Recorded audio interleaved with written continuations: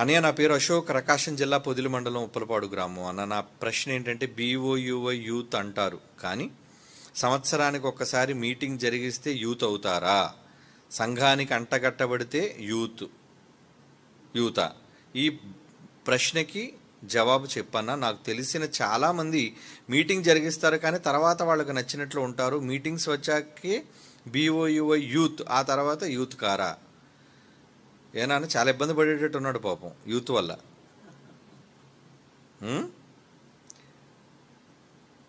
Youth అనగానే ఏంటి? బీఓయూవై youth అని పెట్టుకున్నారంటే ఏమండి? యూత్ అన్నారంటే పని, బాధ్యత. ఎప్పుడు చేయాలి పని? చాలామంది మీటింగ్లు వచ్చినప్పుడు కనబడుతుంటారు, మీటింగ్లు వచ్చినప్పుడు బాధ్యతల్లో ఉంటారు. మీటింగ్లు లేవనుకోండి, ఇప్పుడు ఆయన ఆవేదన అదే. మీటింగ్లు లేనప్పుడు మరలా యూత్ అంతా ఏమైపోయారు? ఇంకా సంఘానికి ఏం యూత్ లేరా? ఏమండి, యూత్కి ఇంకేం పని లేదా? మన చర్చిలో ఉన్నారు ఏమండి, వాళ్ళు మీటింగులో పనిచేస్తారు, మోదల్స్లో పనిచేస్తారు, సంఘంలో స్పెషల్ కార్యక్రమాలు ఏం జరిగితే పనిచేస్తారు. రెగ్యులర్గా వాళ్ళు యవనస్తుల కూడికలో సమావేశంలో వాళ్ళు హాజరవుతూ ఉంటారు. అంటే ఎప్పుడూ దేవుని పనిలో పాల్గొనేవారుగా ఉండాలి. అప్పుడప్పుడు 75 సంవత్సరాలకి వచ్చిపోయే చుక్కలా ఉంటే ఎలా? ఏమండి, అంతరిక్ష అతిథులు కొన్ని ఉంటాయి, ఎప్పుడు కనబడవు. ఏమండి, అప్పుడప్పుడు కనబడుతుంటాయి కొన్ని చుక్కలు. అలా చాలామంది సంఘంలో చుక్కల్లా కనబడుతుంటారు. అబ్బా ఏంటండి ఈరోజు ఈయన వచ్చాడేంటి? ఏ లేదండి, నాన్నగారు పుట్టినరోజు కదా, నవంబర్ 20, అందుకు వచ్చాడు. ఏమండి, కొంతమంది చూడండి స్పెషల్ ప్రోగ్రాంలో అప్పుడు కనబడుతుంటారు. మరి కొంతమంది ఇంకేంటండి డిసెంబర్ 31 కదా, ఎప్పుడు చూడలేని ముఖాలన్నీ కూడా ఆ రోజు కొత్త కొత్తగా కనబడుతుంటాయి. ఏంటి, పాతోళ్ళే వాళ్ళు సంఘంలో పాతవాళ్లే. కానీ మరి ఈ 365 రోజులు 52 వారాలు కనబడరు. ఎందుకు వాళ్ళు కనబడరు?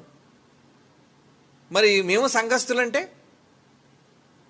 ఏమండి, ఎప్పుడూ పాల్గొనేవారుగా ఉండాలి, ఎప్పుడూ చేసేవారుగా ఉండాలి. దేవుడు ఎవరిని గుర్తిస్తాడు?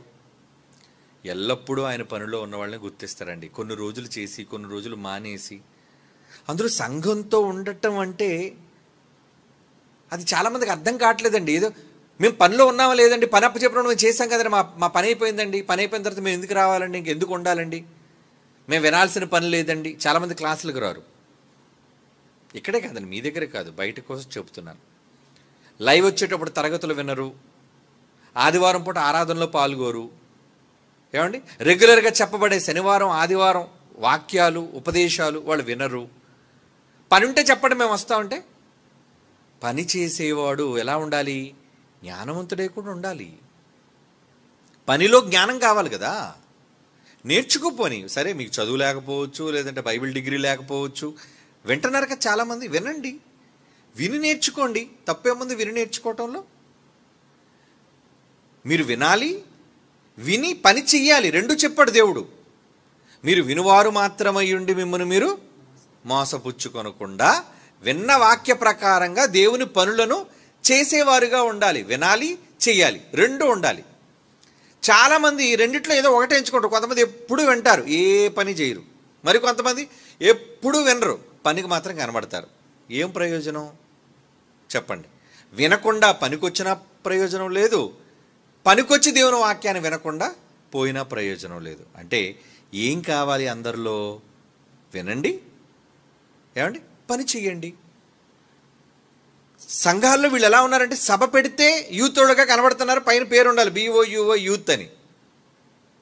ఏమండి, సంవత్సరానికి ఒక్కసారి జరిగిస్తే యూత్ అవుతారా అన్నాడంటే సంవత్సరానికి ఒకసారి కనబడుతున్నారు తోక చుక్కల్లాగీళ్ళు. మరి అలా ఉంటే ఎలా చెప్పండి? ఏమండి, ఇంటిలో భార్య అనగానే ఏదండి మీ భార్య ఏదండి అని ఇంట్లోకి వచ్చి అడిగారు అనుకోండి, వచ్చే సంవత్సరం వస్తుందండి అన్నారు అనుకోండి. ఎక్కడికి వెళ్ళిందండి అంటే, అత్తారింటికి వెళ్ళిందా, అదే మీ అత్తగారింటికి వెళ్ళిందంటే, లేదండి ఆవిడ 365 రోజుల్లో కేవలం పండగలో పలానా పండగప్పుడు మాత్రమే, లేదా క్రిస్మస్ పండగప్పుడు మాత్రం ఒక్కరోజు వస్తుందండి, మా ఇంట్లో ఉంటుంది, కాపురం చేస్తుంది, మళ్ళీ 26వ తేదీ వెళ్ళిపోద్ది, మళ్ళీ వచ్చే సంవత్సరం వస్తుందంటే ఆవిడ భార్య. మీరెందుకంటే అలాంటి ఆవిడని పెళ్లి చేసుకున్నారు? అంటే ఒక భార్య అనగానే ఎప్పుడూ ఇంట్లో ఉండి రోజంతా పనిచేసేది, రోజంతా భర్తకి పిల్లలకి ఎన్నో చాకరీ చేసి పెట్టేది. అలాగే భర్త అంటే వీళ్ళు బాధ్యతలు. కుటుంబం అనగానే ఎప్పుడూ కలిసి ఉండేది కుటుంబం. మరి దేవుని కుటుంబం అని మనం చెప్పుకుంటున్నప్పుడు మీరు దేవుని కుటుంబంలో ఎందుకు కలిసి ఉండట్లేదు? ఎప్పుడును ఎందుకు కనబడరు? మనలో చాలా మందిలో బయట కళాశాలల్లో కానీ సంఘాల్లో కానీ జబ్బు ఉంది. ఏంటా జబ్బు? కలవకపోవటం. ఎవరితో బాధ మీకు? ఎవరితో బాధ? ఏమండి, పలానా ఊర్లో అక్కడ చాలా పెద్ద సంఘమే ఉంది మనది, BOUI క్రైస్ట్ చర్చ్ ఉంది, కానీ అక్కడికి వెళ్ళరు. ఎందుకు వెళ్ళరు? నాయకుడితో సమస్య. ఏంటి నాయకుడితో సమస్య? ఆయన మా కోసం వాక్యం చెప్తుంటాడండి, ఎప్పుడు ఆయన మా మీద ప్రసంగం చెప్తుంటాడండి అని వీళ్ళు అనుకుంటారు. కనుక అనుకొని ఏమనిపిస్తుంది వీళ్ళకి? మేము అక్కడికి వెళ్ళలేమండి. ఎందుకు వెళ్లకుండా పోవాలి? ఎందుకు వెళ్లకుండా పోవాలి అంటే వింటే సరిపోద్దా? లైవ్ వచ్చింది కాబట్టి మేము ఇంటి దగ్గర ఉండి వింటామండి, మేము వెళ్ళమండి, మేము వెళ్ళి కలిసి అక్కడ ఉండలేమండి. ఇక్కడ మీకు కావలసింది వ్యక్తులు కాదు, గుర్తుపెట్టుకోండి. మీరు వస్తుంది మనుషుల కోసం కాదు. పోనీ అలాగనే మిగతా దగ్గరికి వెళితే అక్కడ సత్యం లేదు. పోనీ ఎక్కడికైనా మీరు వెళ్ళండి, కానీ సత్యం చెబుతారా? మిమ్మల్ని పరలోకాన్ని నడిపించే పనులను చేయిస్తారా? పరలోకానికి తీసుకుని వెళ్ళే బాధ్యతలు మీకు అప్పచెప్తారా? పరలోకానికి వినిపించే మాటలు మీకు చెబుతారా? అంటే అన్ని భిన్నమైన బాధలు, మాటలు, తప్పుడు విధానాలు, తప్పుడు భక్తిని నేర్పిస్తుంటారు. తప్పుడు భక్తి అంటే మీకు తెలుసు, చాలా బయట చూసే ఎన్నో తప్పుడు భక్తులు. తప్పుడు భక్తి అది అంటే ఏంటి? కన్నీటితో ప్రార్థన, మోకాళ్ళు వేయటం, ఇవన్నీ ఫిజికల్ డ్రిల్ అనేది చాలామంది దగ్గర ఉంటుంది. కానీ పని అనేసరికి పని చేసేవాడికి పరలోకం వస్తుంది, కానీ ఇక్కడ డ్రిల్ చేసేవాడికి పరలోకం రాదు. అది చాలామందికి తెలియదు.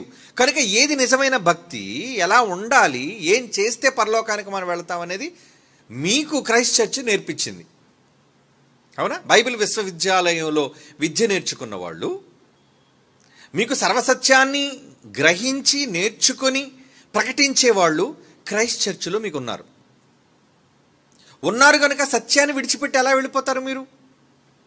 ఒక వ్యక్తితో విభేదం వచ్చింది, లేదంటే కొంతమంది ఏంటంటే నాయకుడు మంచోడే, అందరూ మంచోడే, కానీ ఆ సంఘానికి వచ్చే మరొక వ్యక్తితో విభేదం. ఆయన వస్తే నేను రాలేనండి, ఆవిడ ఉంటే సంఘంలో నేను అక్కడ రాలేనండి, ఇలా మానేసేవాళ్ళు కూడా చాలామంది ఉంటారండి. మీరు వస్తుంది మనుషుల కోసమా? మీరు వస్తుంది మీ ఆత్మల రక్షణ కోసమా? మీ ఆత్మల రక్షణ కోసం మీరు వస్తున్నారు అన్నదే నిజం. అలాంటప్పుడు మనుషులతో మీకేం పని? రండి, దేవుని మాటలు వినండి, చేతనైన పని చెయ్యండి, అప్పగించిన బాధ్యత నిర్వహించండి, వెళ్ళిపోండి. ఇంకొకరితో మాట్లాడవలసిన పని మీకేంటి? ఏమండి, నిజానికి క్రైస్తవులు అంటే అన్నీ మర్చిపోయి క్షమించి పెద్ద మనసుతో అందరితోనూ మంచిగా ఉండటం అనేది నిజమైన క్రైస్తవ్యం. కానీ మరి అంత మనసు లేదు కదా. ఎక్కడ చూడండి ఈ సమస్యలు. ఒకే ఊర్లో ఉంటారు, కానీ అక్కడికి వెళ్ళరు, క్రైస్ట్ చర్చ్కి వెళ్ళరు, అక్కడ సహవాసంలో ఉండరు. ఏమండి, బైబిల్లో ఒక మాట అన్నాడు, దేవుని వాక్యం ఎప్పుడు నిష్ప్రయోజనం అయిపోద్ది అని చెప్పాడు. హెబ్రీ పత్రికలో ఒక మాట అన్నాడు, వినిన వారితో అంటాడు. చూడండి, మీరేం చేయాలి? 4వ అధ్యాయం, హెబ్రీ పత్రిక 4వ అధ్యాయం 2వ వచనం. హెబ్రీ పత్రిక 4వ అధ్యాయం 2వ వచనం చూడండి. వారికి ప్రకటింపబడినట్లు మనకును సువార్త ప్రకటించబడెను, కానీ వారు విన్నారు. వినిన వారితో, మీతో పాటు చాలామంది వింటున్నారు కదా, ఇక్కడ చాలామంది మీతో పాటు వింటున్నారు. మీ ప్రాంతాల్లో కూడా లైవ్లో చాలామంది మీ ఊర్లో ఉన్నవాళ్ళు వింటున్నారు. ఓకే, వినిన వారితో నమ్మకంతో విశ్వాసము గలవారై, ఈ మాట చూడండి, కలిసి విశ్వాసము గలవారై ఉండలేదు అంటలేదు, విశ్వాసము గలవారై. అక్కడ 3 అక్షరాల పదాన్ని యాడ్ చేశాడు. ఏంటి ఆ పదం? కలిసి.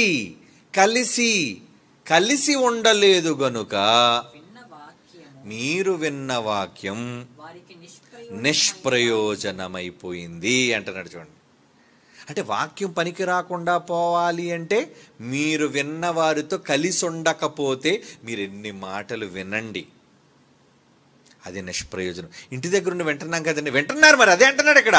విన్న వాక్యము లైవ్ ద్వారా విన్న వాక్యము వినండి. మేము వింటున్నామండి, వాక్యాన్ని వింటున్నాం కదండి, లైవ్ పెట్టుకుంటున్నాం కదండి, చెప్పకండి మాటలు.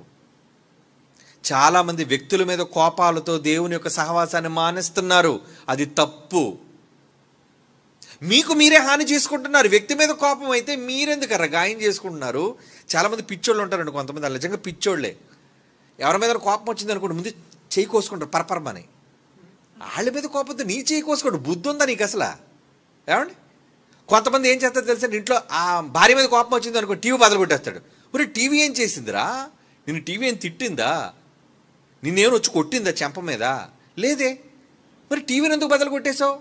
ఆవేశం, కోపం. అంటే ఏం చేస్తున్నావో నీకు తెలియదు, అర్థం కావటం లేదు. అది ₹1000 పెట్టి కొన్నదయ్యా, నీ కష్టార్జితంతోనే కొన్నావు కదా, ఎందుకు పగలు కొట్టేసావు దాన్ని? కొంతమంది చేతులు ఏది కనబడితే తీసిరేస్తాడు. కొంతమంది చిరాకు వచ్చి ఫోన్ కొట్టేస్తారండి. ఫోన్ ₹1,00,000 అయ్యా ఫోను, లేదా 25,000 అయ్యా ఫోను. దాన్ని ఎందుకు నువ్వు ఇరిటేషన్తో కొట్టేస్తున్నావు? దేనికోసం పగలు కొట్టేస్తున్నావు నువ్వు? ఫ్రస్ట్రేషన్ అంటారు దాన్ని, అవునా? ఫ్రస్ట్రేషన్. ఎందుకంటే కొట్టారంటే ఫ్రస్ట్రేషన్తో కొట్టేశానండి, కంగారులు ఎరగొట్టేశానండి. తప్పు. ఎవరి కోపం ఎవరి మీదో చూపించకూడదు. ఒక సామెత ఉంది మన దగ్గర, ఏది? అత్త మీద కోపం దేనిమో చూపించిందట, దొత్త మీద చూపించిందట.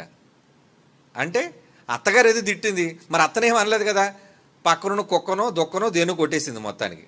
లేదా ఏమీ లేకపోతే అనువుగా పిల్లలు ఉంటారు కదండి, పడమనలు కొట్టేసి. వాళ్ళు ఏమీ తెలియదు, ఎందుకు అమ్మ కొడుతుందో తెలియదు. ఎందుకంటే వాళ్ళు అత్తగారు తిట్టారని పిల్లలు కొట్టేస్తాడు. వాళ్ళు ఏం చేశారు?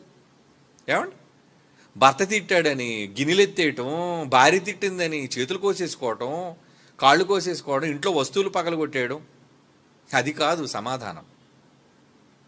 అంటే ఏది ప్రయోజనకరమైనదో ఆలోచించి చెయ్యాలి, లేదంటే మూర్ఖత్వం అనిపించుకుంటుంది. అది మూర్ఖత్వం. అటువంటి మూర్ఖత్వం ఉండకూడదు మనకి. ఎవరి మీద కోపం అయితే ఎవరి మీద చూపిస్తున్నావు నువ్వు? వాక్యం ఏం చేసింది? సత్యం సహవాసం కదా ఇది. అందరూ కలిసి ఉంటేనే కదండి బలం. ఒక కుటుంబంలో అందరూ కలిసి ఉంటేనే కదండి జ్ఞానం. ఒక ఆపద కలిగిన వెంటనే పరిగెత్తుకొని కుటుంబం, ఏమండి మరి వరదల్లో పాల్వంచులో పాపం కుటుంబాలు ఇంచుమించు ఒక 50 కుటుంబాల వరకు వాళ్ళు వరద నీరుకి గురైపోయారండి. వాళ్ళ ఇళ్ళన్నీ కూడా నీటితో మునిగిపోయిందండి, వరద నీరు వచ్చేసింది. నాకు ఫోన్ చేశారు పిల్లలు, ఏమండి చాలా నాకు తెలియదండి నిజంగా, వాళ్ళు వరదల్లో చిక్కుకున్నారు, వాళ్ళు ఆ నిరాశ్రయులైపోయి ఇళ్ళు వదిలేసి బయటకు వచ్చేసారు. ఎక్కడో టెంట్ కింద ప్రభుత్వం ఏదో పునరావాస కేంద్రాలు కల్పిస్తుంది కదండి, అక్కడ దగ్గర ఉన్నారో నాకు తెలియదండి. నాకు ఫోన్ చేసి చెప్పారు, అయ్యో మనకు తెలియదరా, ఏం విషయం చెప్పరేంటి మీరు? వెంటనే డైరెక్టర్ గారి దగ్గరికి వెళ్ళాను. చూడండి డాడీ, పలానా వాళ్ళు ఎంత ఇబ్బందుల్లో ఉన్నారు. వెంటనే డైరెక్టర్ గారు స్పందించి, ఇదిగోండి ఆయన, ఇదిగో ముందు 20,000, తర్వాత 30,000, ₹50,000 సహాయాన్ని వెంటనే అక్కడ ఉన్న వాళ్ళకి పంపిస్తానని బాబురావు గారికి ఫోన్ చేశాను. అయ్యా మీరు వెంటనే వెళ్ళండి, మీరు వెళ్ళి పిల్లలకి ఏం కావాలో వాళ్ళకి బియ్యం, మంచు నూనె, పప్పులు మీరు అందించారండి. అంటే ఇది నేను ఎందుకు చెప్పానంటే, కుటుంబంలో ఒకరికి ఆపద కలిగిన వెంటనే స్పందించేవాళ్ళుగా ఉన్నారు. ఎప్పుడు మీరు కలిసి ఉంటేనే కదా. మీరు కలిసి ఉండకుండా మీతో మాకు సంబంధం లేదు, మా మార్గాన్ని మేము ఉంటాము, ఆయన మీ మీద కోపంతో మేము రాము. ఎవరి మీద కోపం ఎవరి మీద చూపిస్తున్నారు మీరు? దేవుడేం పాపం చేశాడు? ఏమండి, ఇక్కడ చెప్పబడుతుంది దేవుని వాక్యం మాత్రమే. వాక్యాన్ని వినండి, వచ్చే మీ చుట్టుపక్కల ఉన్న మనుషులు చూడకండి. మీకు నచ్చకపోతే ఎవరితో మాట్లాడకండి, కాముగా వెళ్ళండి, కాముగా వినండి, కాముగా వచ్చేయండి, అంతే. ఏమండి, కానీ ఎందుకు మానేస్తున్నారు? సహవాసాన్ని ఎందుకు మానేస్తున్నారు? మానేయొద్దు. సరే, ఒంట్లో బాలేక మానేశారంటే అర్థం ఉందండి, లేదంటే ఏదో వెళ్ళడానికి కొన్ని పరిస్థితుల్లో ఎప్పుడు వచ్చేవాళ్ళు కొన్నిసార్లు రాలేదంటే ఏదో కారణం ఉంది, ఓకే. ఎప్పుడు మానేలేదు కదా వాళ్ళు. కానీ నువ్వు ఎప్పుడో కనబడుతున్నావంటే అర్థం ఏంటి? ఈ సంఘంలో బాప్తీసం తీసుకున్నావు, అప్పుడప్పుడు పనుల్లో కనబడుతుంటావు, ఆ తర్వాత గుడికి రావు, వాక్యాన్ని వినవు, కలిసిన వాళ్ళతో సహవాసంలోనూ ఉండవు. సహవాసము చాలా ఇంపార్టెంట్ అండి. ఒక కుటుంబం నిలబడింది అంటే భార్య భర్త సహవాసంలో ఉండాలి. అప్పుడే కదండి ఆ పిల్లలు, ఆ కుటుంబం బాగుంటుంది. భర్త ఒక చోట, భార్య ఒక చోట గొడవలు ఆడుకుని పోయారు అనుకోండి, పిల్లల పరిస్థితి ఏంటి? వాళ్ళ జీవితాలు ఏంటి? ఏమైపోవాలి చెప్పండి? దానివల్ల కుటుంబం విచ్ఛిన్నం అయిపోతుంది అంతే. అంటే ఎవరి పంతాలు, ఎవరి కోపాలు ఒకరి మీద ఒకరు చూపించుకుంటే మధ్యనున్న పిల్లలు, కుటుంబం ఏమైపోవాలి? భర్త కోపం భార్య మీద చూపించి, భార్య కోపం భర్త మీద చూపిస్తే వీళ్ళ భవిష్యత్తు ఏమవ్వాలి? వాళ్ళ భక్తి జీవితం ఏం కావాలి? కనుక ఇప్పుడు ఏం కావాలి? అన్నీ పక్కన పెట్టండి. కోపాలు పక్కన పెట్టండి, ఆవేశాలు పక్కన పెట్టండి, అపార్థాలు పక్కన పెట్టండి, అనుమానాలు పక్కన పెట్టండి. సహవాసంలోనికి రండి. అందుకే దేవుడు ఒక మాట అన్నాడండి. ఎఫ్సి పత్రిక 4:1 అనుకుంటాను, చదవండి ఒకసారి. క్రీస్తు సహవాసమునకు మిమ్మల్ని పిలిచిన అనే పదం మరి అక్కడ ఉందో లేదో ఒకసారి చదవండి. అక్కడ లేకపోతే ఇంకెక్కడుందో చెప్పండి. ఎఫ్సి పత్రిక 4:1 ఉందా? క్రీస్తు సహవాసమునకు మీ పిలిచిన, లేదా 1 కొరింథీ పత్రిక 2 ఒకసారి చూస్తానండి ఈలోపు. కొరింథీ పత్రిక అని నాకు అనిపిస్తుంది. ఈలోపు ముందు ఆ మాట చదవండి ఒకసారి. ఏది? ఎఫ్సి పత్రిక 4:1 ఏనా? Very good, very good. 1 Corinthians, Venu thank you. 1 Corinthians 1:9 correct నాన్న. అందుకే కొరింథీ అని కూడా నాకు ఎందుకు డౌట్ వచ్చింది. Very good. ఇప్పుడు చదవండి 1 కొరింథీ పత్రిక 1:9 చదవండి. మన ప్రభువైన యేసుక్రీస్తు అను తన కుమారుడు, తన కొడుకు, ఆ కుమారుని యొక్క సహవాసమునకు మిమ్మల్ని పిలిచిన దేవుడు నమ్మదగిన వాడు. సహవాసానికి పిలిచాడట. రా నాన్న, రండి. దేనికోసం పిలిచాడు మిమ్మల్ని అందరినీ? మీరంతా ఎవరు పిలిస్తే వచ్చారు? ఏమన్నా మీకేం పెళ్లి కార్డులు పంపించాం ఏంటి మీరు రావడానికి? చెప్పండి. మీలో ఏమైనా పండగ సందర్భంగా మీకేమైనా ఆహ్వాన పత్రికలు ఏమైనా పంపించామా? మా గృహప్రవేశం ఉందనో, ఏమండి మా ఇంట్లో శుభకార్యం ఉందనో అలా పిలిస్తే వచ్చిన వాళ్ళు కారు మీరు. మీరంతా ఎలా వచ్చిన వాళ్ళు? అదే చెప్తున్నాడు 9వ మన ప్రభువైన యేసుక్రీస్తు అను తన కుమారుని సహవాసం. మీరు కుమారుడైన కొడుకు సహవాసంలో ఉండడానికి పిలిచాడట తండ్రి. తన కుమారుని సహవాసమునకు మిమ్మును పిలిచిన దేవుడు నమ్మదగినవాడు. అంటే ఇప్పుడు మీరు కొడుకుతో సహవాసం చేయడానికి సంఘానికి వస్తున్నారా, లేదా సంఘంలోని సభ్యులతో వాళ్ళ కోసం సహవాసం కోసం వస్తున్నారా? మీరు చెప్పండి. గుడికి వచ్చేవాళ్ళు, ఆయన ఆరాధనలో పాల్గొనేవాళ్ళు, ఆయన వాక్యాన్ని వినేవాళ్ళు మనుష్యుల కొరకు రావటం లేదు. గుర్తుపెట్టుకోండి. ఆయన కొడుకున్నాడు ఇక్కడ. కొడుకు అంటే ఎవరు? ఇప్పుడు మీరు వింటున్నారు ఈ శబ్దాలు, అదే వాక్యం అండి. కొడుకు అంటే. కుమారుడు అంటే ఎవరు? వాక్యము. ఆ వాక్యమే కదా. ఆదియందు వాక్యం ఉండను, వాక్యము దేవుని యొద్ద ఉండను, వాక్యము దేవుడై ఉన్నాడు. వాక్యమే దేవుడు. అంటే ఈ మాటలు ఏదైతే వాక్యాన్ని మనం చదువుతున్నామో, వింటున్నామో, శనివారం ఆదివారం మనం వింటున్నామే మాటలు, అది కొడుకు మాటలు, కుమారుని మాటలు. ఆ మాటలు వినడానికి మీరు రావాలి.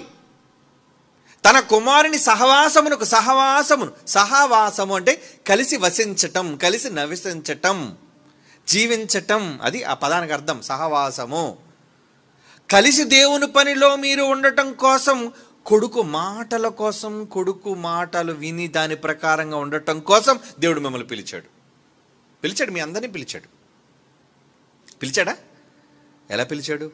వాక్యము. 2 తెస్సలోనికే పత్రిక 2:14 చూడండి. ఎవరు పిలిచారు, ఎలా పిలిచారు అక్కడ ఉంటుంది. 2 తెస్సలోనికే పత్రిక ఏంటి కొంచెం కాంప్లెక్స్ సెంటెన్స్ లాగా ఉంటుందేమో, చూద్దాం. 2 తెస్సలోనికే పత్రిక 2:14 మీరిలాగు రక్షింపబడి మన ప్రభువైన యేసుక్రీస్తు యొక్క మహిమను పొందాలి. మీకంతా మహిమ కావాలి కదా, మీరంతా ఘనత కావాలి కదా, మీరంతా కష్టపడుతున్నారు కదా దేవుని కోసం. పనుల్లో కష్టపడుతున్నారు, త్యాగాలు చేసి కష్టపడుతున్నారు, ఏమంటే అలసిపోతున్నారు దేవుని పనుల్లో.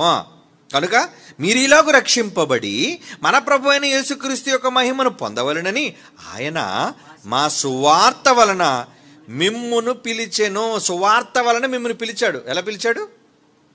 సువార్తతో పిలిచాడు. అంటే అందరినీ పిలిచాడా? సువార్త ప్రకటించబడే ప్రతి చోట ఆయన పిలుపు. రండి. అది మీరు వీధిలో చెప్పే సువార్త కావచ్చు, సభలో చెప్పే బహిరంగ వేదిక మీద సువార్త కావచ్చు, ఏ చోట అయినా, అది పల్లె, పట్టణమా, దేశమా, విదేశమా, ఏ భాష అయినా మీరు చెప్పే వాక్యము ఆహ్వానం, ఇన్విటేషన్, పిలుస్తుంది. పిలుపు, దేవుని పిలుపు అందరినీ పిలుస్తుంది. దేవుడికి ఏమైనా కొందరినీ పిలుస్తాడా?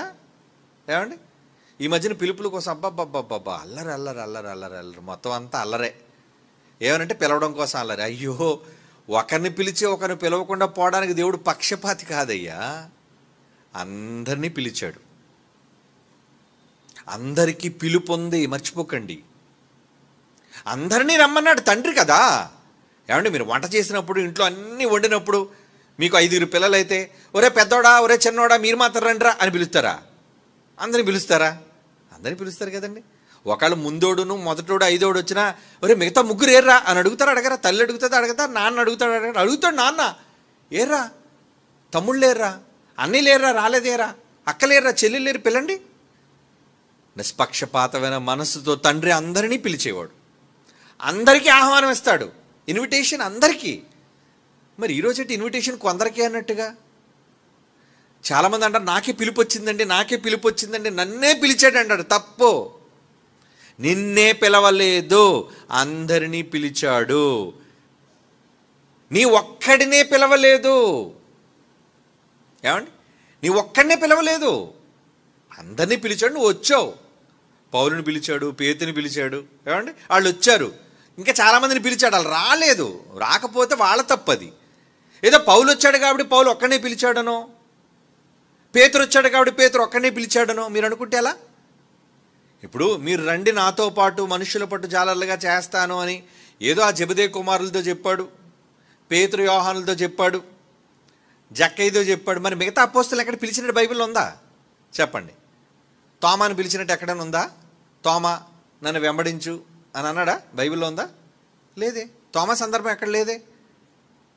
అల్ఫై కుమారుడు యాకోబు, తద్దయ్య అని మారు పేరుగా లెబ్బాయి, వీళ్ళందరినీ పిలిచినట్టు ఉందా యేసుప్రభువు? రండి రండి రండి రండి అని. వాళ్ళు వచ్చారు, కొంతమంది విని వచ్చారు. ఏమండి? నికోదేము విని వచ్చాడు.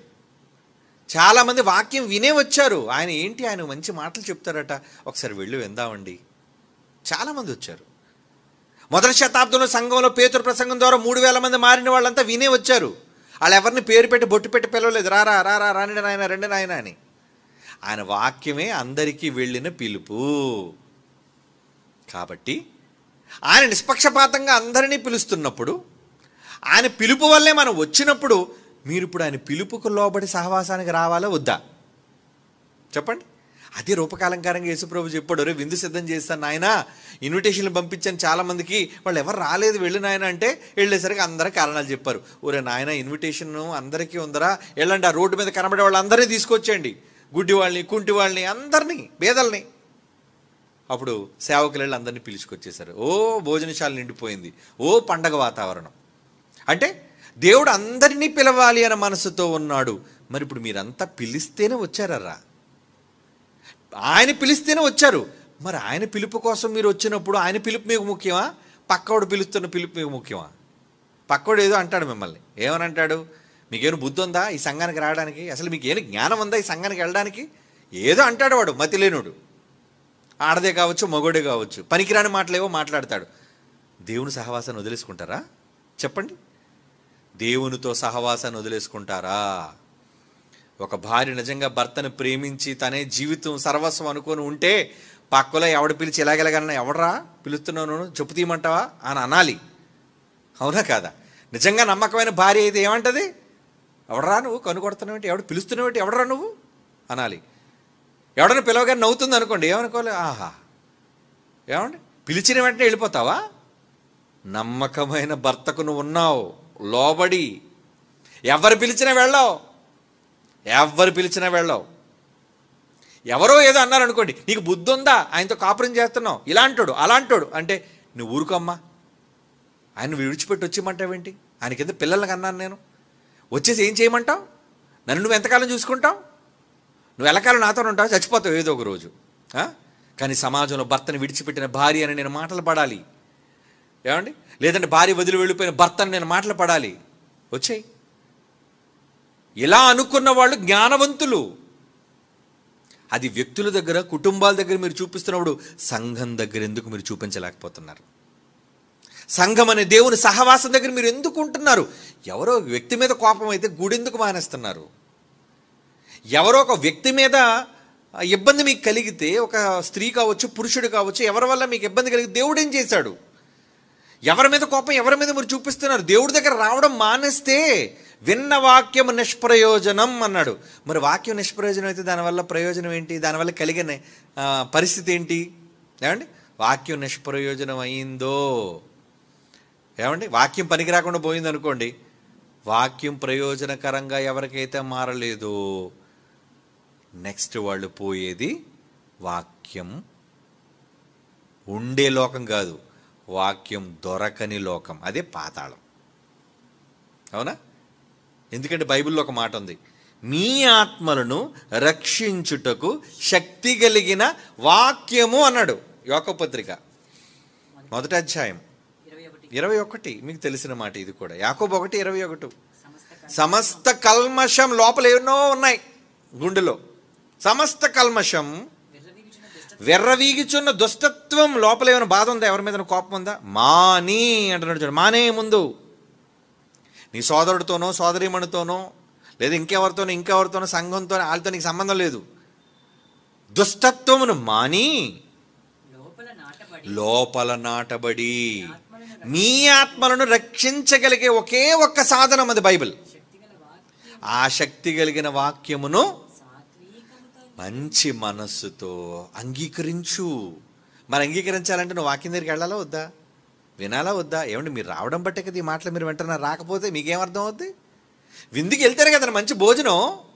నేను విందుకి వెళ్ళండి అంటే మిస్ అయిపోతావు. అక్కడ బూర్లు మిస్ అయిపోతావు, గారెలు మిస్ అయిపోతావు, బిర్యానీ మిస్ అయిపోతావు. ఏమంటే వీళ్ళు పెట్టే ఐటమ్స్ అన్నీ నువ్వు మిస్ అయిపోతావు. ఇంట్లో ఏముంది, చెద్దన్నం తినడమే, ఏమంటే లేదా పప్పుచారు అన్నం తినడం. పార్టీకి వెళ్తేనే కదా అక్కడ రుచులని నువ్వు అనుభవించేది. మరి సంఘానికి వస్తేనే కదా నువ్వు మంచి మంచి మాటలు వినేది, నీ ఆత్మ రక్షించబడేది. ఏమంటే ఇప్పుడు మనిషి శరీరానికి భోజనం పెట్టడానికి చూస్తున్నాడు, కానీ లోనున్న ఆత్మకు పోషణ అంటే ఆత్మ మంచి మాటలు, దేవుడి మాటలు వింటున్నప్పుడు ఆత్మలాగా ఎనర్జీ వస్తుంటుందండి ఆత్మకి. భలే భలే చాలా ఆనందంగా ఉందండి, చాలా ధైర్యంగా ఉందండి. వాక్యం వింటేనే మీకు ధైర్యం, వాక్యం వింటేనే మీకు బలం. మరి ఆత్మల కోసం బలమైన వాక్యాన్ని ఎవరు పెడుతున్నారండి? ఎందుకు మీరు తినలేకపోతున్నారు? పెట్టడానికి మేము సిద్ధంగా ఉన్నాం కదా. ఆ గేట్ దగ్గర ఎంట్రీ ఫీజు ఒక 100 రూపాయలు పెట్టి వచ్చిన వాళ్ళందరి దగ్గర 100 రూపాయలు కరెక్ట్ చేయండి అంటున్నారా? ఉచితం ప్రవేశం, వాక్యం వినటం ఉచితం, అన్నీ ఉచితమే కదా. ఉచితంగా ఇచ్చినప్పుడు మీరు ఏం చేయాలి? వినండి. ఫ్రీ భోజనం, ఎక్కడైనా ఫ్రీ భోజనం అన్నారనుకోండి, ఏమండి మన సెమినార్లో భోజనం ఉంటుంది, మనకి ఉచిత భోజనం కలదు అన్నారు. అంతే. తర్వాత కొంతమందికి భోజనం లేకుండా పోయింది. ఎందుకంటే మరి అన్ఎక్స్పెక్టెడ్ కొంతమంది వస్తారు, ఎంతమంది వస్తారని లెక్క మనకు తెలియదు కదా. అలా ఉచిత భోజనం అన్నప్పుడు ఎలాగైతే మనకి తాకిడి ఎక్కువ ఉంటుందో, ఉచిత ఆహారం వాక్య భోజనం అన్నప్పుడు వస్తారా? ఏమండి, మీరు డబ్బులు ఇచ్చి పిలిచినా మేము రావండి. ఎందుకు వాక్యం కోసం ఇంట్రెస్ట్ లేదు మీకు? ఆత్మ బాగుపడేది ఆ మాటలు వింటేనన్నారా? ఆత్మ బాగుపడాలి అంటే ఆత్మ వాక్యం వినాలి, అదే దానికి పోషకం. ఈ శరీరం బాగుండాలంటే ఎన్నో వైటమిన్స్ ఉన్నాయి, A, D, E, K, 12 రకరకాలు ఉన్నాయి, అంకెలు పెట్టారు. B12, B6 ఏవో. మరి ఆత్మ బాగా శక్తిగా ఉండాలి అంటే, ఆత్మ బాగా ఎనర్జెటిక్గా మారాలంటే, బలంగా ఆత్మ తయారవ్వాలంటే మీరు ఎంత ఎక్కువ దేవుని మాటలు వింటే అంత బలంగా మీరు మారుతారు. మరి వింటున్నారా? వినడానికి వస్తారా? ఎందుకంటే మీరు వాక్యం దగ్గరికి రాలేకపోతున్నారండి? వినాలని మాకు ఉందండి, కానీ అక్కడికి వెళితే అక్కడ కొంతమంది ఉన్నారండి మాకు పడని వాళ్ళు. అయ్యో, వాళ్ళతో నీకేం పని అయ్యా, వాళ్ళతో నీకేం పని? నువ్వు కామ్గా వెళ్ళి వాక్యం విని వచ్చేయి. ఏమండి, హాస్పిటల్కి వెళ్ళారు, రోగులు ఉండరా మరి అక్కడ? నీ జబ్బు ఉంది, నీకు ఏదో జబ్బు, డాక్టర్ గారి దగ్గరికి వెళ్ళు. ఏమండి, మరి అక్కడికి వెళ్ళేటప్పుడు ఏమండి చాలామంది అక్కడ జబ్బుళ్ళు ఉన్నారంటే, రోగిష్ఠులు. నేను అక్కడికి వెళ్ళాలంటే నువ్వు రోగిష్ఠుడు దానివైపోయి రోగిష్ఠుడు వైపు చచ్చిపోతావు. ఇప్పుడు నీకు మిగతా రోగులతో నీకు సంబంధమా? నీ రోగం నీకు ముఖ్యమా? నీ రోగం నీకు ముఖ్యం కనుక అప్పుడు ఏం చేయాలి? మిగతా రోగులతో నీకేం పని? వాళ్ళు ఎలాగా క్యూలో ఉంటారు, డాక్టర్ గారిని కలుస్తారు, వాళ్ళైతే మందులు వాడుతారు, వాళ్ళతో నీకేం పని? నువ్వు వెళ్ళు, రోగులతో నీకు అనవసరం. డాక్టర్ గారి దగ్గరికి వెళ్ళు, సంప్రదించు, మందులు ప్రిస్క్రైబ్ చేస్తాడు, వాడు, నువ్వు ఆరోగ్యంగా ఉండు. మిగతా వాళ్ళతో నీకు సంబంధం లేదు. ఇదెంత వాస్తవమో సంఘాలకు వచ్చేటప్పుడు మనుషుల మీద కోపాలతోనో ద్వేషాలతోనో రావడం మానేకండి. మానేస్తే మీకు నష్టం, మీకు నష్టం. అయితే నేనంటున్న మాట కాదు ఇది, దేవుడే సహవాసం కోసం చెప్తున్నాడు. మీరు సహవాసంలో ఉండండి. క్రీస్తు సహవాసానికి ఎందుకు పిలిచాడు? రండి నాయన, రండి రండి నాయన, బాగా తినండర్రా, మీకు మంచి భోజనం పెడతాను కదా. ఇలాంటి నెంబర్ 1 7 స్టార్ ఫుడ్ అంటారు. ఏమంటే 5 స్టార్ కూడా దాటిపోయింది. ఇప్పుడు 7 నక్షత్రాలున్న హోటల్స్ ఉన్నాయండి ప్రపంచంలో. ఏమండి, బుర్జ్ ఖలీఫా ఉందనుకోండి, 7 స్టార్ హోటల్ అంటారు దాన్ని. ఏమండి, అక్కడ ఒక ప్లేట్ బిర్యానీ 3500 రూపాయలు. ఏమండి, ఒక ప్లేట్ బిర్యానీ 3500. అక్కడ 3500తో మనం ఒక నెలంతా భోజనం చేయొచ్చు, మంచి భోజనం. మరి అక్కడ భోజనం అలాంటిది, నెంబర్ 1 ఫుడ్, ఖరీదైన భోజనం. ఏమండి, అక్కడ వండించే విధానం వేరు. నేను ఇలాగ దుబాయ్లో ఫ్లైట్ దిగానో లేదండి, ఆ రోజు రాత్రి నా కుమారుడు పిలిచాడు, డాడీ మీరు బుర్జ్ ఖలీఫాలో మీరు హోటల్కి రావాలి. ఎందుకు నాయన అక్కడికి? నేను ఇందులో చెఫ్గా పనిచేస్తున్నాను డాడీ, మీకు వండి పెడతాను నేను. ఓకే, అంతేనండి. వెళ్ళగానే అన్నీ ఆర్డర్ పెట్టాడండి టేబుల్లో. ఎంతకని తింటాం? ఇంక నేను నా కొడుకు అభి అయితే ఇంక తినలేవరా అంటే, లేదు నెక్స్ట్ ఇంకొక ఐటమ్ వస్తుంది, నెక్స్ట్ ఇంకొక ఐటమ్ వస్తుంది, నెక్స్ట్ ఇంకో. ఊరి ఎంతరా బిల్లు అంటే, మీరు బిల్లు కోసం కంగారు పడకండి డాడీ, నేను ఇందులో చెప్పను కదా, నాకు ఇందులో డిస్కౌంట్ ఉంది, నీకు ఏం డబ్బుల కోసం మీరు కంగారు పడకండి, మంచి భోజనం మీరు చెయ్యండి అంటే. మరి అక్కడ భోజనం ఎలా ఉందంటే నాణ్యత, భోజనం తాలూకా క్వాలిటీ ఎలా ఉందంటే నెంబర్ 1. వాళ్ళు వండేవాళ్ళు కావచ్చు, వడ్డించేవాళ్ళు కావచ్చు, నెంబర్ 1 క్వాలిటీ ఫుడ్. రుచి కూడా అంత బాగుందండి.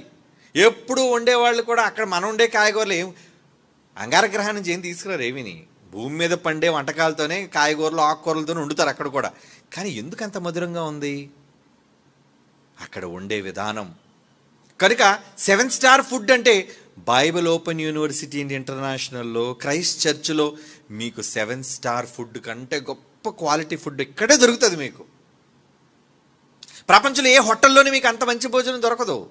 ఆరోగ్యకరమైన భోజనం, కరెక్ట్గా ఉండటం, మీకు సమపాళ్ళలో పెట్టడం, మీకు చక్కగా సర్వ్ చేయడం అంటే వాళ్ళు కూడా ఎంత చక్కగా సర్వ్ చేస్తారో తెలుసా అండి. ఎలా పడితే అలాగా ఏది హోటల్లో వాళ్ళు పిలవగానే వచ్చి అలా ప్లేట్తో నీళ్ళు ఇలాగ ఇచ్చేసి, ఇలా టిఫిన్ ప్లేట్ ఇలాగ ఇచ్చేసేటట్టుగా చేయరండి. వండే చెఫ్ కూడా వచ్చి ఎలా ఉందండి భోజనం అని అడుగుతాడు. మనకు వండించిన ప్రతిదాన్ని, ఆ టేబుల్ నిండా ఉన్న ఐటమ్స్ అన్నిటి కోసం మనం చెప్పాలి, ఇది బాగుంది, ఇది బాగాలేదు, ఇది మార్చండి, ఇది ఇలా ఉండాలి. వాళ్ళన్నీ నోట్ చేసుకుంటాం, మీరు చెప్పండి మేము మార్చుకుంటాం, మీకు ఏ స్టైల్లో కావాలి. అంత చెప్పనవసరం లేదులేండి, అంత చక్కగా వాళ్ళు వండి పెట్టేవాళ్ళు. అంటే వాళ్ళు అలా వండి పెట్టడంలో దానికి సంబంధించిన పెద్ద కోర్స్ తీసుకున్నారు వాళ్ళు. మరి ఇక్కడ దేవుని వాక్యాన్ని స్వచ్ఛంగా, ఉన్నది ఉన్నట్టుగా, బైబిల్లోని సర్వసత్యాలను మీకు విడమర్చి చెప్పటంలో ప్రపంచంలో చుక్కలన్నీ పనిచేయవు. అంత చక్కగా వడ్డిస్తున్నారు ఇక్కడ. ఏ కారణం చేత మీరు మానేస్తున్నారు? చాలా కళాశాలలు ఇవే కంప్లైంట్లు. అన్న ఉన్న ఊర్లో ఉంటున్నారన్న, కానీ సహవాసానికి రావట్లేదు, సంఘానికి రావటం లేదు, కూర్చోవట్లేదు. ఏమనంటే ఎవరితోనో సమస్య చెప్తున్నారు. వద్దు, మీరు ఎవరితోనో సమస్య కోసం మీరు మంచి ఆహారాన్ని మిస్ కాకండి. ఎందుకంటే ఎక్కడ సహవాసానికి వెళ్ళిన లైవ్ ఉంటుంది. సాటర్డే లైవ్ పెడతారు, సండే ఉదయం లైవ్ పెడతారు, సండే ఈవినింగ్ లైవ్ పెడతారు. పోనీ అక్కడున్న భోజనం మీకు నచ్చకపోయినా అక్కడున్న భోజనం మేమే కదా పెడుతున్నాం. ఏమంటే ఇక్కడి నుంచి మేము మాట్లాడుతున్నాం, మరి ఎంతమందికి లైవ్లో వడ్డిస్తున్నాం? ఎన్ని ప్రాంతాలు, ఎన్ని జిల్లాలు, ఎన్ని రాష్ట్రాల నుంచి వింటున్నారు ఇప్పుడు పిల్లలు. చివరికి విదేశాల నుంచి కూడా వింటున్నారే పిల్లలు చాలామంది. మరి వాళ్ళందరికీ ఇంత చక్కటి భోజనాన్ని వడ్డిస్తున్నాం కదా. పోనీ అక్కడున్న భోజనం నచ్చకపోతే మేము వడ్డిస్తున్నాం కదా, చెఫ్గా మేము ఉన్నాం కదా, వండి వడ్డిస్తున్నాం కదా. ఈ మాటలు విని మార్పు చెందండి. వ్యక్తుల మీద కోపాలు ఎందుకు? కనుక దయచేసి దేవుని సహవాసానికి దూరం కాకండి. కాబట్టి సంవత్సరానికి ఒకసారి కనబడే యూత్ వాళ్ళని పేరింట, అప్పుడప్పుడు దేవుని పనిలో కనబడేవాళ్ళుగా కాకుండా ఎల్లప్పుడూ సహవాసంలో ఉండేవాడే రియల్ క్రిస్టియన్. ఒకసారి మెడలు వంచి తాళి కట్టించుకున్నావంటే ఆ భర్త బ్రతుకున్నంత వరకు నువ్వు ఆయనకి సొంతం. నువ్వు ఆయనకు లోబడి ఉండటం అనేది ధర్మం. మరి ఒక వాక్యానికి కట్టుబడి ఉన్న తర్వాత మీరు వాక్యాన్ని విడిచి ఎందుకు వెళ్ళిపోవాలి అనుకుంటున్నారు? ఎవరో చెప్పిన తప్పుడు మాటలు వినా, ఎవరో ఏదో చెబుతుంటారు, కెట్టని వాళ్ళు చెబుతుంటారు, కెట్టని మాటలు చెబుతుంటారు. అవన్నీ వీరి దేవునికి ఎందుకు మీరు దూరం కావాలి? దూరం కాకండి. సంవత్సరానికి ఒకసారి దేవుని పని చేయడానికి వచ్చినప్పుడు అందరూ కలుసుకుని ఆ తర్వాత ఎవరి పనుల్లో వాళ్ళు ఉండకండి. పాపం తమ్ముడు ఆవేదనతో అడుగుతున్నాడు, అశోక్ వయసు ఎంతో రాయలేదు కానీ ఏమండి, వద్దు అలా ఉండకండి. దేవుని పనుల్లో నమ్మకంగా ఉండండి. ఏనానా?